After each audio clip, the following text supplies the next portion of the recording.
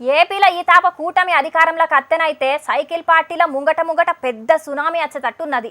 Party AP అధ్యక్ష పదవి ముచ్చట మీద పెద్ద పంచాదే నడిచేటట్టున్నది. అధ్యక్ష పదవి తప్పకుండా మార్చాల్సిందే అని బాబు సారును డిమాండ్ చేసిండు బుద్దా వెంకన్న సారు. అగ్గో గిదేంది, ఇప్పుడు అధ్యక్షునిగున్న అచ్చెన్నాయుడు సార్ తోటి బుద్దా వెంకన్న సారు మంచిగానే ఉంటాడు కదా, గిట్లెందుకు అంటున్నాడు అని పరేషాన్ అవుతున్నారా? మరి గదే కదా ట్విస్ట్. ఇయాల మైకుల ముంగట్కచ్చి మాట్లాడిండు బుద్దా వెంకన్న సారు. ఇన్నొద్దులు రిక్వెస్ట్ అని బాబు సారును బతిలాడుకున్న బుద్దా సారు ఇయాల డిమాండ్ చేసిండు బాబు సారుకు. నా డిమాండ్ని ఖచ్చితంగా తీర్చాల్సిందే అని కూడా అనకచ్చిండు. మేము చంద్రబాబు నాయుడు గారిని డిమాండ్ చేస్తున్నప్పుడు మొన్నటి వరకు రిక్వెస్ట్ చేసేప్పుడు మాత్రం డిమాండ్ చేస్తున్నాం. మీరు ఏ రోజైతే ప్రమాణ స్వీకారం చేస్తారో అమరావతిలో అది ప్రభుత్వ అక్కడ ఏర్పాటు చేస్తుంది. దానికి ఆపోజిట్గానే పార్టీది ఒక వేదిక ఏర్పాటు చేసి అదే రోజు నారా లోకేష్ బాబు గారిని పార్టీ అధ్యక్షుడిగా అనౌన్స్ చేయాలి. ఆహా, ఏమి డిమాండు. ఒక పక్క బాబుసారు ప్రమాణ స్వీకార కార్యం స్టేజ్ ఉంటే ఇంకో పక్కకు ఇంకో స్టేజ్ మీద నారా లోకేష్ అన్నకు సైకిల్ పార్టీ రాష్ట్ర అధ్యక్ష బాధ్యతలు ఇయ్యాలనంట. మరి బాబుసారు ప్రమాణ స్వీకారం చెయ్యకపోయినా లోకేష్ అన్నను అధ్యక్షునిగా చెయ్యాలనో లేకపోతే బాబుసారు సీఎం అయితేనే చెయ్యాలనో గాని అచ్చెన్నాయుడు సారు పదవికైతే చెక్ పెట్టిండు బుద్దా వెంకన్న సారు. నా కోసం కాదు డిమాండ్, పార్టీ కోసం డిమాండ్ చేస్తాను. నా కోసం అయితే నేను డిమాండ్ చేయను. పార్టీ కోసమే ఈ డిమాండ్ అట. అంటే అచ్చెన్నాయుడు సారు అధ్యక్షునిగుంటే బుద్దా వెంకన్న సారుకు నచ్చుతలేదా, లేకపోతే ఒకలంటే ఒకలకు పడతలేదా ఏంది అని జనాలు అనుమాన పడకముందే గిట్ల క్లారిటీ ఇచ్చిండు వెంకన్న సారు. అచ్చెన్నాయుడు గారు రాష్ట్ర పార్టీ అధ్యక్షులుగా ఉండి సక్సెస్ చేశారు. ఆయన గ్యారంటీగా మంత్రివర్గంలో కీలకమైనటువంటి శాఖ చంద్రబాబు గారు ఇస్తారు. మళ్ళీ అధ్యక్షుడిగా ఎవరినొకరిని ఎన్నుకోవాల్సి వస్తుంది.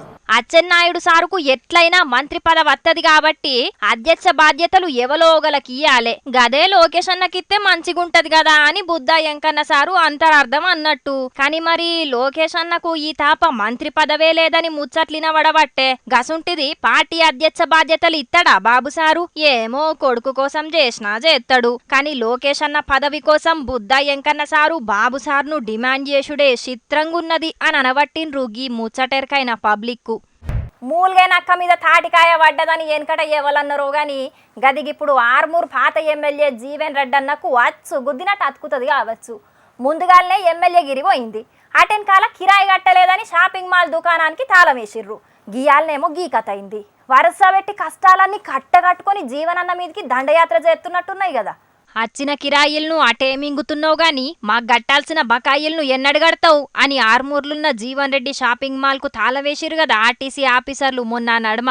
ఎలక్షన్ కోడ్ల గట్లెట్లా చేస్తారు అని జీవన్ రెడ్డి అన్న ఎలక్షన్ ఆఫీసర్లకు ఫిర్యాదు కూడా అయిండు. కానీ ఆర్టీసీ అధికారులైతే ఎన్కకు తగ్గలే. ఈ గియాలనైతే జీవన్ అన్నకు గుడ్ న్యూస్ చెప్పింది పెద్ద కోర్టు. వేసిన తాళాలన్నీ తీయాలనని ఆర్డర్ వేసింది ఆర్టీసోళ్లకు. ఇక కోర్టు చెప్పినాక లేదు కాదు అనేటట్టుంటదా?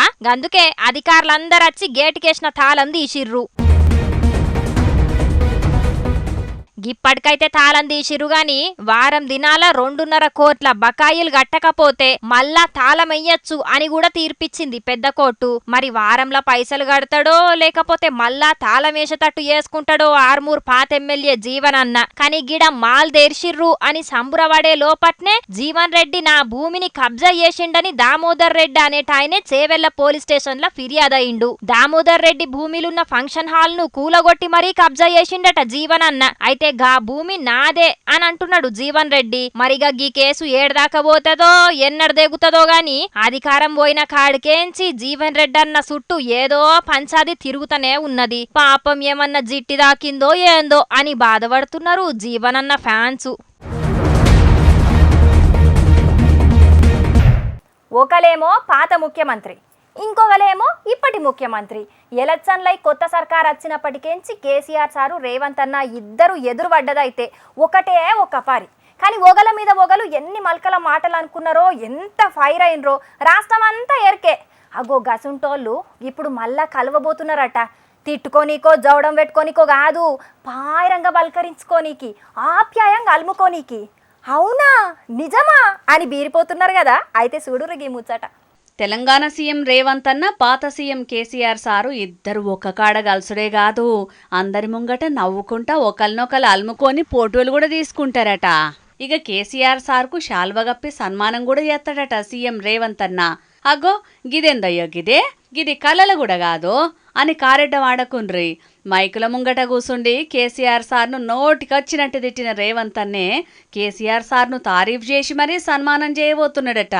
జూన్ 2వ తారీఖు నాడు చేయబోయే తెలంగాణ 10 ఏండ్ల పండుగను ధూమ్ధామ్గా చేద్దాం అనుకుంటున్నారు కదా సర్కారోళ్ళు. ఇక గా కార్యానికి సోనియా మేడంతో పాటు తెలంగాణ వచ్చేదానికి పోరాటం చేసిన కేసీఆర్ సార్ను కూడా వెళ్తారట. కొట్లాడి సావునోట్ల తలకాయ పెట్టి తెలంగాణ తెచ్చిన కేసీఆర్ సార్ పోరాటాన్ని మెచ్చుకొని శాల్వ గప్పి సన్మానం చేయాలని ఆలోచన చేస్తున్నాడట సీఎం రేవంత్ అన్న.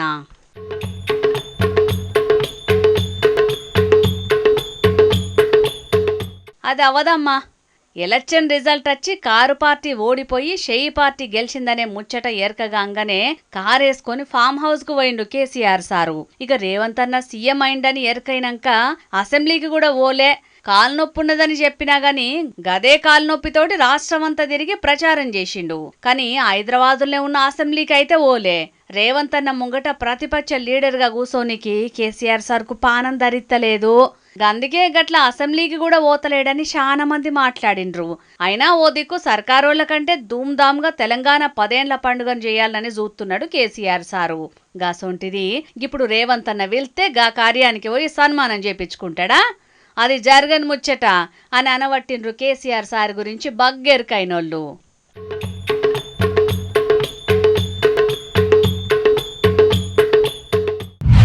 అవుగని గిన్ని ముచ్చట్లు చెప్పుకుంటున్నాం. ఇంకా మా రాముల తాత రాలే, ఏడున్నాడో కదా.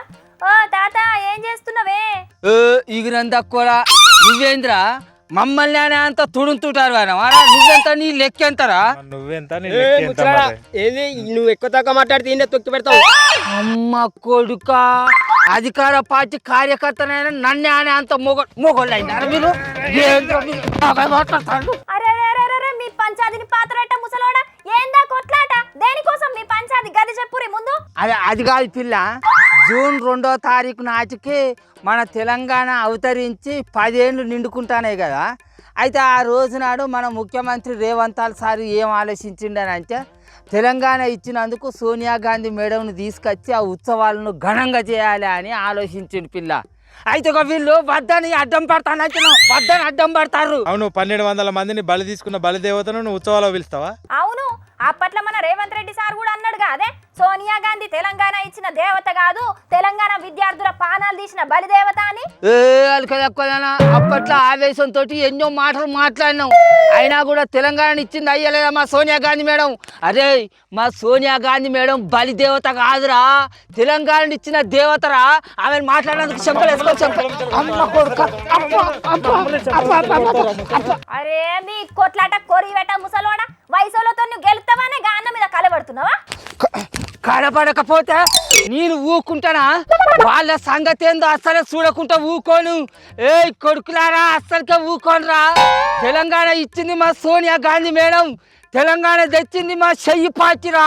ఏ ముసలోడు, అప్పుడు మేము మద్దతు ఇచ్చినాం కాబట్టి తెలంగాణ వచ్చింది, మరి గుర్తు పెట్టుకో. మరి అవును, ఆ అన్నది కూడా నిజమే. 100 మంది విద్యార్థుల ప్రాణ త్యాగాలను చూసి చెల్లించిన అప్పటి ప్రతిపక్ష పువ్వు పార్టీ కూడా తెలంగాణకు మద్దతు ఇచ్చింది కాబట్టి కాంగ్రెస్ సర్కారు తెలంగాణ ఇయ్యగలిగింది. ఎరికేనా? సరే, అప్పుడు మా సోనియా గాంధీ మేడం తెలంగాణ ఇవ్వకపోతే వీళ్ళు అధికారంలోకి వచ్చినాక తెలంగాణ ఇచ్చేటోళ్ళ? అప్పుడు మేము ప్రతిపక్షం నుండి మద్దతు ఇచ్చేటోళ్ళం. వీళ్ళు తెలంగాణ ఇద్దరా?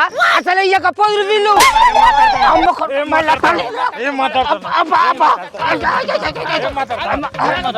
అరే అరే అరే మీ లోల్లి కగ్గిదలుగా. ఓ తాత, ఆయన కేసీఆర్ మొన్ననే దశాబ్దోత్సవాలను బగ్గనే ఖర్చు పెట్టి 10 ఏళ్ల పండుగ చేసిండు కదనే.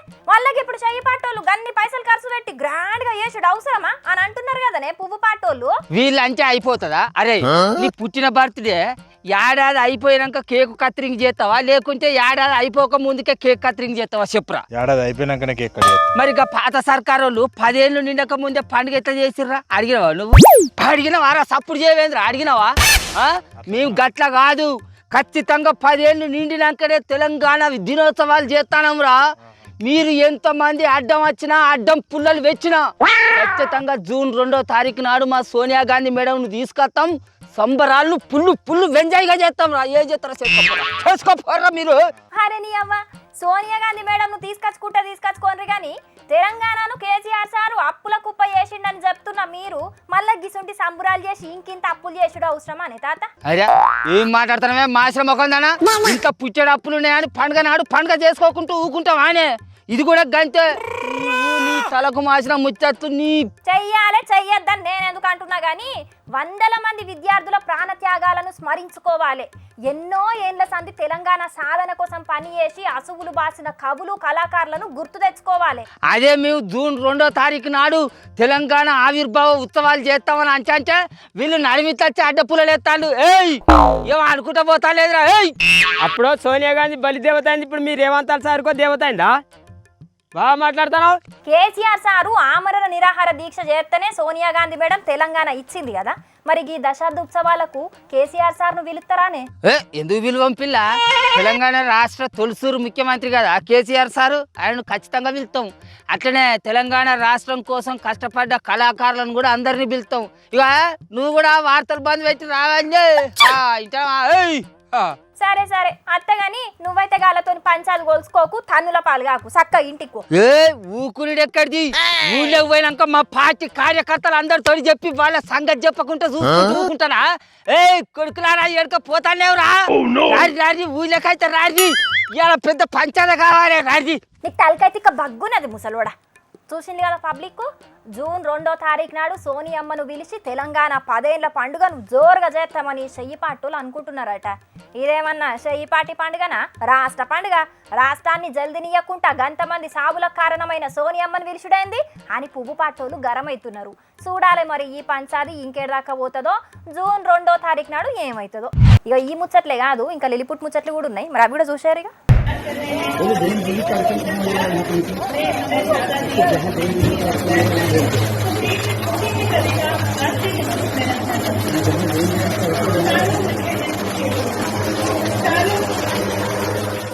గిడున్న డ్రోన్లను చూసి బయటి దేశం కెంచేవలన్న అటాక్ చేసిండ్రా ఏందని పరిశాన్ అయ్యేరు. కసొంటిదేం లేదు గాని మీరు బుగులు పడకుండ్రి. అసలు ముచ్చటేందంటే వ్యవసాయ పనుల కోసం మోదీ సర్కారోళ్ళు పెట్టిన నమో డ్రోన్ దీదీ పథకం పేరు మీద మహిళా కూలీలకు ట్రైనింగ్ ఇస్తున్నారు ఆఫీసర్లు.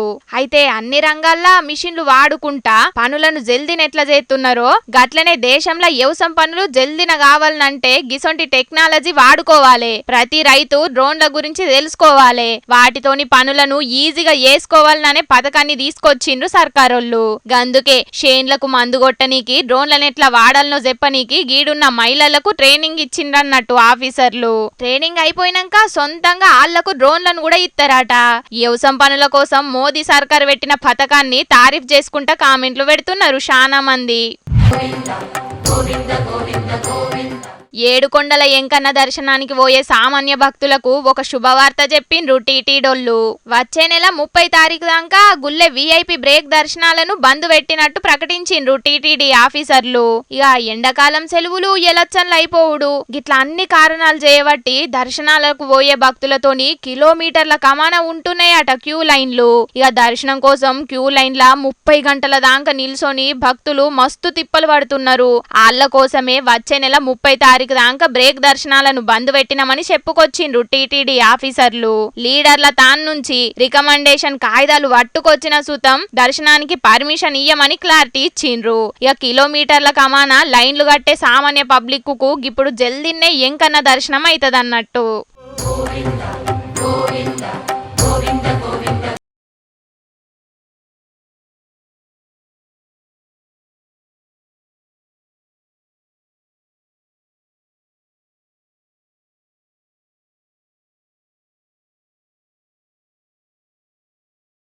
ఎక్కి రికార్డులు కొట్టిన ఎందరినో చూసినాం గాని గీన మాత్రం వాళ్ళందరికంటే చాలా గ్రేటే పోన్రి.